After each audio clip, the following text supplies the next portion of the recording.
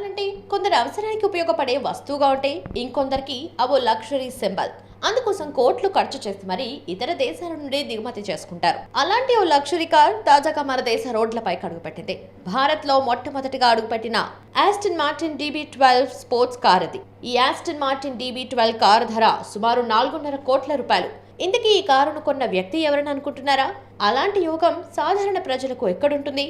దీన్ని కొన్నది ఏకంగా 1.34 లక్షల కోట్ల మార్కెట్ క్యాపిటల్ కలిగిన ప్రముఖ ఫుడ్ డెలివరీ సంస్థ జొమాటో CEO దీపీందర్ గోయల్.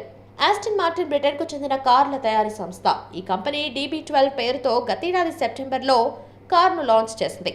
ఈ కారు ధర 4.59 కోట్లు. దీపీందర్ గోయల్ ఈ లగ్జరీ కారును తాజాగా సొంతం చేసుకున్నారు. ప్రస్తుతం ఈ కారుకు సంబంధించిన ఫోటో సామాజిక మాధ్యమాల్లో చక్కర్లు కొడుతోంది. ఈ sports car Mercedes Benz sports engine తో రూపొందించింది. 4 litre twin turbocharge V8 engine కలిగి ఉంది. కేవలం 3.5 సెకండ్లలో 0 నుండి 100 కిలోమీటర్ల వేగాన్ని అందుకోవటం దీని ప్రత్యేకత.